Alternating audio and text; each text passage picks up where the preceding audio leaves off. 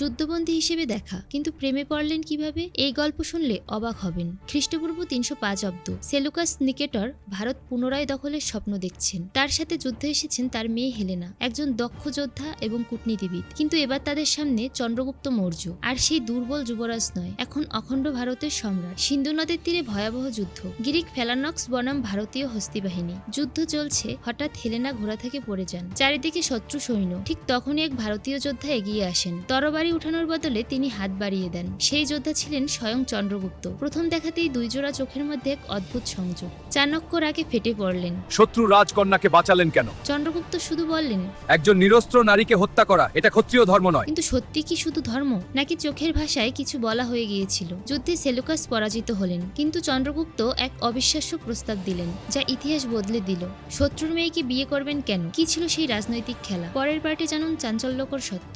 আগের পর্ব দেখতে এখানে ক্লিক করুন।